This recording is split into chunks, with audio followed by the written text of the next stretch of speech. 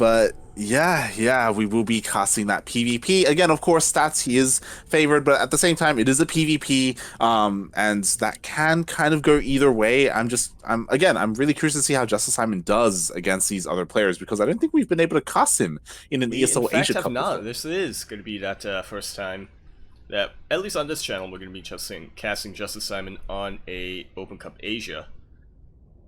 So it'd be pretty nice to see how it goes down. Now, JusticeSimon, he is... I'm trying to remember who he said it was. Which player he stands. I think it was actually Snoot, now that I think about it. I don't quite recall. I don't quite recall him saying, but yeah, it's gonna be interesting to see. Especially if he does look up to someone like Stats, right? Like, especially for these kinds of players, these I want to say kind of more mid-tier or like players from outside the region. Obviously they do look to Korea and some of these higher tier players for almost guidance, right? Like how am I meant to play this matchup? How can I improve to play more like this player? And does he look to someone like Stats, or is he more of a Zest player? It's interesting. It's going to be interesting to see. And I don't know how often these two play against each other. Yeah, I would imagine not too much. But yeah, we're gonna be figuring out how this is gonna go down. Once again, Stats is our runner-up from last week's ESL Open Cup Asia, losing 2-3 against Dark. Of all people. Yeah, that was an insane day of StarCraft. I'm sure you still remember it. I still remember it. Yeah, like the entire day was amazing. I mean, the semifinals obviously shone the brightest, but the finals they were really well done, really like amazing as well. It was just really cool to see Dark's run, and we were talking about it earlier. Dark, he did sign up for this tournament, but unfortunately he did miss the check-in. Sean? Dark. Sean, what? So the semifinals, Sean? Probe?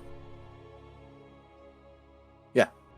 Sean. Like brightness, like it shines. Like shown. Right, I get ya. Shown? In the bottom right-hand corner of the map, spawning all the way in the bottom right-hand corner of the Death Aura. Mellow. We have the blue Protoss player coming out all the way from the land of Korea. Gonna be representing a freak of freaks. He is the one who blesses the reigns, the Shield of Fire himself, and last week's runner-up. Is he gonna make up for it this week? We'll see. We have Stats. Boys.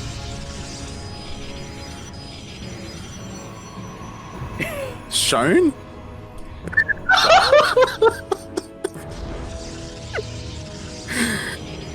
And spawning in the top left-hand corner of Death Aura LE, we have the Vietnamese Protoss player representing Archangel Gaming. It is JusticeSimon.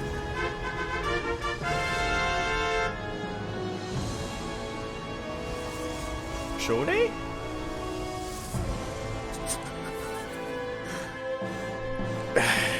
Goddamn. So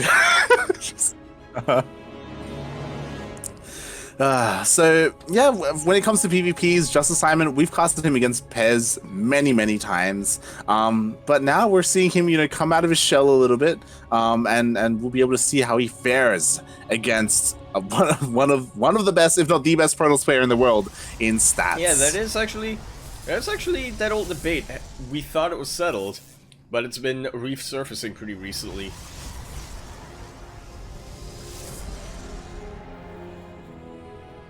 So you're gonna continue on? You were gonna. I still do favor Stats a little bit more, I but mean, then, Trap, he has been looking really good. Yeah, I mean, it's one of those things where more often than oh god, he blocked himself in. But no, that was just Simon's probe. Yeah, exactly. JusticeSimon puts out a pylon and he blocked his probe in with the other probe, so he got killed. Oh, yeah, I see that now. No amount of No amount of mineral walking can really save you there when that happens. But yeah, JusticeSimon, he does throw down the pylon, is being a little bit annoying there. And we already see pretty big divergence here, I guess, in that JusticeSimon, he is going for that faster Robo. Meanwhile, Stats going for the faster Nexus. Yeah, Stats does like to get his economy up and running, at least when it comes to 2 bases, before he can really get things going, if that makes sense. In my opinion, I think it's actually a much better idea to try to defend on 2 bases than on 1. Yeah, but I mean, Stats, maybe he's just feeling confident, right? He's like, you know, I'm not really too familiar with who JusticeSimon is, and because of that, I'm just, you know, play even a little bit greedy. See how that works out. I don't really have the info on him, so, you know, there's nothing to really assimilate or adapt my play to. And speaking of divergent, Stargate gonna be coming out from Stats right now. Yeah, it's the age-old tale, Robo versus Stargate, and we'll see how Stats is able to incorporate this. Again, we've seen many times whenever we see these 2 styles clash, like how useful Phoenixes are in these battles, just being able to completely neutralize and CC Immortals. But before we get to that, we do have a lot of Adepts coming across the map. Just shading away on it. No glaives on these, so these Adepts aren't going to be too deadly. But he can still pick off a lot of probes if Stats isn't careful. Nice block off here on top of the ramp. The Shade does not get committed to. Ooh. Which I think was the right call. JusticeSimon may have been able to get a couple of probes, but the Adepts would have definitely went down. Yeah, and he may commit here. He does. Indeed, he does. Only getting 2 this time, as there was a very quick reaction coming up from Stats.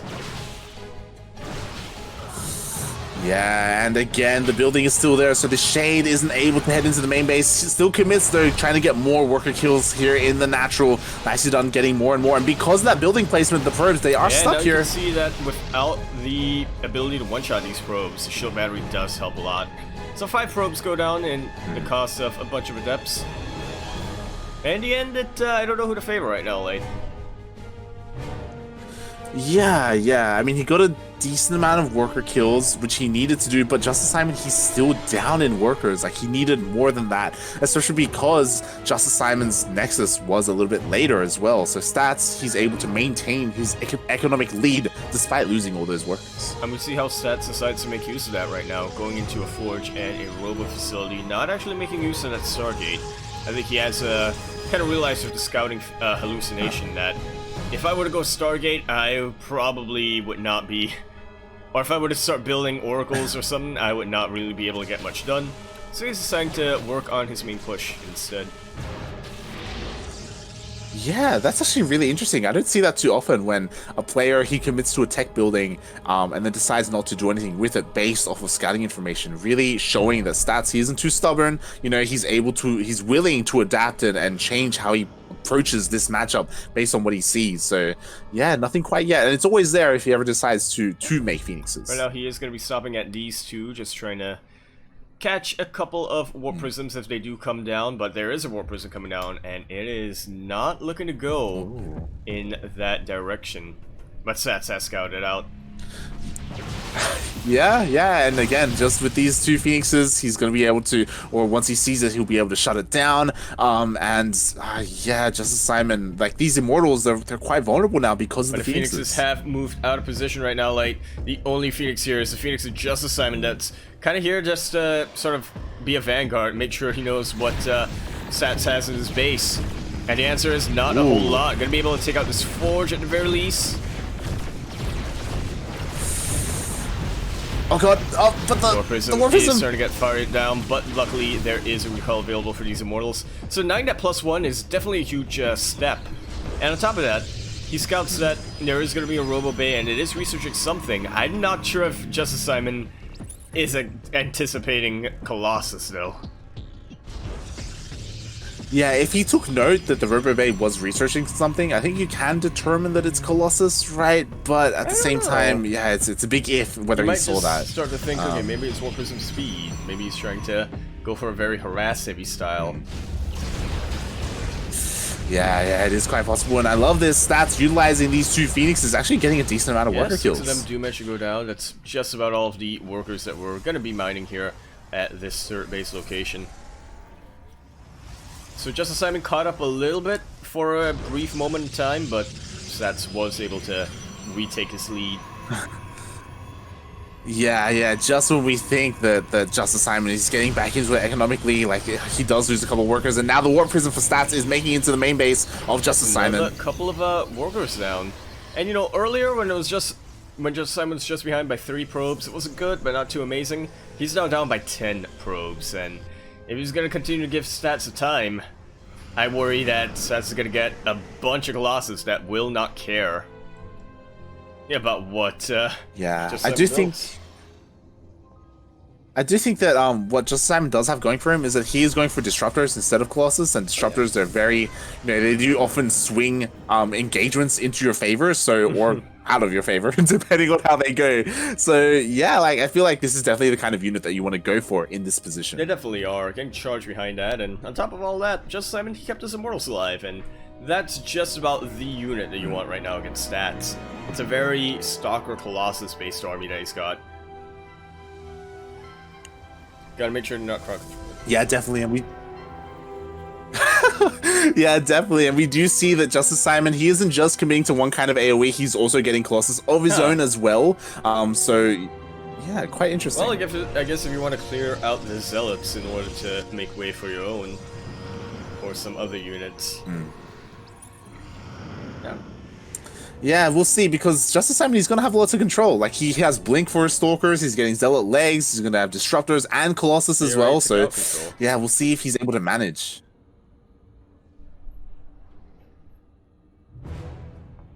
Stats is pushing out right now, and JusticeSimon is getting ready on top of this ramp. Let's realize I do not want to just trickle in units up there. So I'm just going to be, waiting to manage to group up all of my army. Stats is in his army supply is looking pretty scary right now, if I do say so. Like, it's huge right now, just like these Colossus with these extended thermal lance, and we'll see how he's able to engage. Again, the disruptors, they can make or break this engagement though. Absolutely can, and you can kind of see JusticeSimon trying to peek his head and try to see if he can throw in any Purification Novas. Stats now forcing his way up into the ramp, making sure that his Archons are the first in position. Purification Nova starting to come out, but a beautiful lift with these Phoenixes. Shield battery overcharge will keep them alive, but they are now completely out of commission. A Colossus gets taken out right here, and I think Stats is just about going to be able to do it. GG is called. Stats takes game number 1. GG, well played. Stats just dismantled the army of JusticeSimon, and yeah, we just saw like it doesn't just work well against units like Immortals, but any kind of high-tech unit can just completely be neutralized by those Phoenixes. It was amazing to see Stats immediately jump on those disruptors. It really did, and it really looked like the Purification Novas were gonna land, but if you are able to, time and time again, we've seen if you are able to just disrupt the disruptors, haha, you can really get a lot done, or prevent a lot getting done, rather.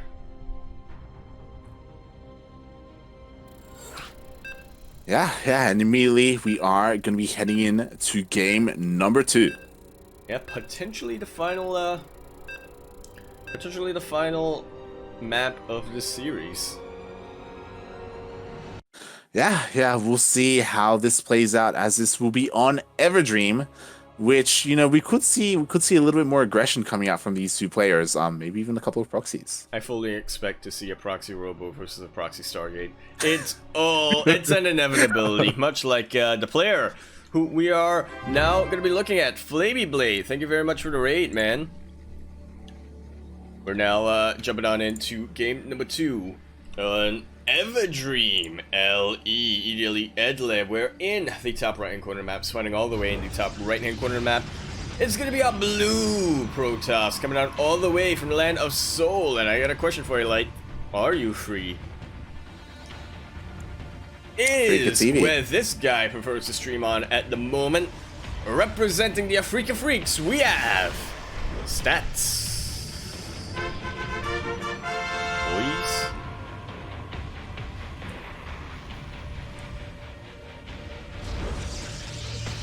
And spawning in the bottom left-hand corner of Everdream LE, we have the Vietnamese Protoss player representing Archangel Gaming. It is JusticeSimon.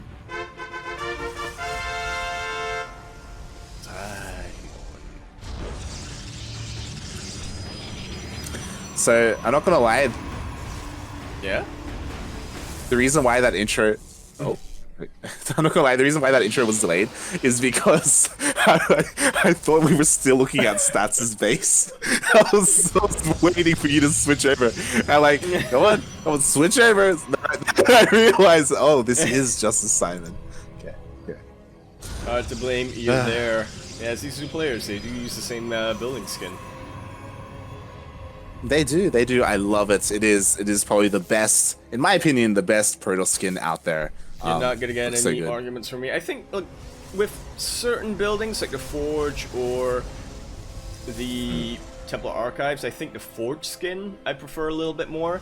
But you really can't argue with nice little masonry like this. And yeah, the Nexus just looks. And as a bonus, if you ever cancel a building, you get a nice little explosion. yeah. I still think it's a graphical bug. I still think can't be. I still believe that it's intentional for a building to be killed, but I don't think it's meant to be intentional for a cancel. I think that's like a byproduct of it. It's like, yeah. Because I don't know if you've seen it, but like these pylons, when they get canceled, they also just like nuke and explode. Can you imagine if your opponent is on a really low end, like playing on a really low end computer, you just build a bunch of pylons, cancel them all at the same time, kill their frames. I'm 100%. I'm 100% sure that this is an unintentional thing from Blizzard, and they just can't be bothered to fix it. I'm completely convinced that it's an unintentional thing from Blizzard, and I thought, let's just mess with them a little bit and leave it in. My thoughts are, they're like, oh, we could fix it, but it's just gonna break all the replays. It's just gonna break everything. Why do it? You know, damn if you do, damn if you don't. Oh, can you imagine nuking a building and just before the nuke lands, you cancel it? You just crash the game. You just can't handle it. I like it. That's gonna be what we're gonna be doing in the next 4v4. I hope you realize that, Light. Oh god, that's all we're gonna be doing. Fill up budge. No wait, but skins aren't in team games. I don't think they are. If my memory serves me correctly. Oh, yeah. I didn't realize that. And yeah, so far this game has been pretty passive, but they've both been taking up in pretty interesting directions. I was wondering, there we go, Stats finally throwing down some tech buildings. He's got his Robo and Forge on the way. Meanwhile, JusticeSimon, he already has his tech of choice. Yeah, Blink gonna be coming out right now for JusticeSimon, and that's gonna be what he uses to really force some micro battles, which, to be fair, JusticeSimon has been winning them quite a bit recently. He has definitely improved his micro in that aspect quite a lot. But will it matter so much? Eventually you're going to run out of room to blink in, and Stats, he's going for a +1 timing. Yeah, it's going to be one of these things where I think JusticeSimon may hit a little bit sooner, so he may put Stats' shield to the test, as there we go, we do have that proxy reinforcing gateway being thrown down as well as a reinforcement point, instead of using a War Prism since there is no Robo. So yeah, JusticeSimon looking to be pretty aggressive here, and Stats, like, what's he going to have for defense? He's going to have Robos, but how many gateway units is he going to have to support his army as well? Pretty decent amount. Yeah, I mean, there are quite a lot of things going well for Stats right now. 2 double shield batteries, a couple of stalkers, but I feel like the #1 thing is going to be these sentries. Now, Force Field is generally not advised against Blink Stalkers, but Guardian Shell, or Guardian Shield rather, is going to be huge right now. Yeah, it's just gonna make that Immortal just that much more tankier, as well as the fact that there are 2 shield batteries outside of the natural as well. So, yeah, this defensive position for Stats is just looking amazing. It's gonna be like trying to mine with a spoon. Okay, maybe not that far, because this is still quite a lot of StarCraft here for JusticeSimon, and he's starting to get a pretty nice concave. The shield batteries really showing their muscle. Sats has not used Overcharge just yet. These sentries getting sniped off. Very nicely done by JusticeSimon, and immediately once he sees the Overcharge, backs away. Does not want to fight within range of that. Yeah, and Stats has to be careful not to push too far away from that shield battery overcharge, as he still does have the lower army count. But JusticeSimon, he does get fended off again, though. That shield battery overcharge was already used, so it is no longer available for Stats. JusticeSimon continues to be reinforced, trying to find an angle, but again, I don't think he has high ground vision. Oh, but he can. There we go. He hallucinates. He is about to blink right on top of this main, trying to prevent Stats from realizing, but unfortunately, it has been found out. There is only one Immortal, though. Okay, there are 2 Immortals. And quite a... That there are. And with 2 Immortals, he can definitely go toe-to-toe with this main army. And he takes out a couple of pylons and recalls out JusticeSimon, realizing I can't quite get that much damage done. And honestly, I think he was trying to get quite a bit more, but realized he cannot sustain a fight there. Gotta be recalling out and just regrouping and trying to go for round 2. Yeah, I think what's important is that with that recall, he was able to save the majority of his Stalkers. Because I agree, I think JusticeSimon realized it as well, that if he stayed, he would have lost everything. Like, they were just, with 2 Immortals, and the shield battery, and being cornered in that position because of the SimCity, like, it would have not ended well for Simon. Instead, it's gonna end a little bit better. Yeah, well, I mean, we've yet to see, right? Instead, JusticeSimon, he's here in the middle of the map, you know, maintaining map control. I'm sure he's hoping to try and catch something, maybe even a stray Warp Prism, but the Warp Prism is skirting along the edge of the map instead, and he has to be careful here when he pushes up the ramp. Careful, he was not quite. Didn't manage to blink away once he saw that he couldn't fight this. Now trying to, seems like, set up a bit of a pincer flank. Yeah, he's just trying to find a way in. Oh, nice damage there on the Immortal, trying to focus it down. Yeah, you really take a lot of a risk there when you leave your Immortals exposed like that. But on the plus side, if you have calculated that they can survive a couple hits, you may as well just try to make them soak up some damage. JusticeSimon getting a lot of value here, taking out a lot of these gateway units. And then when it's down to just the Immortals and the Archons, it's not going to take much to target them down. Yeah, the problem is, it looks like he may be winning this fight, but there we go. Zealots do reinforce the army, and at the same time, the Warp Prism does get into the main base of JusticeSimon. He places up the army. Really good for a while, but unfortunately, once the Zealots came in,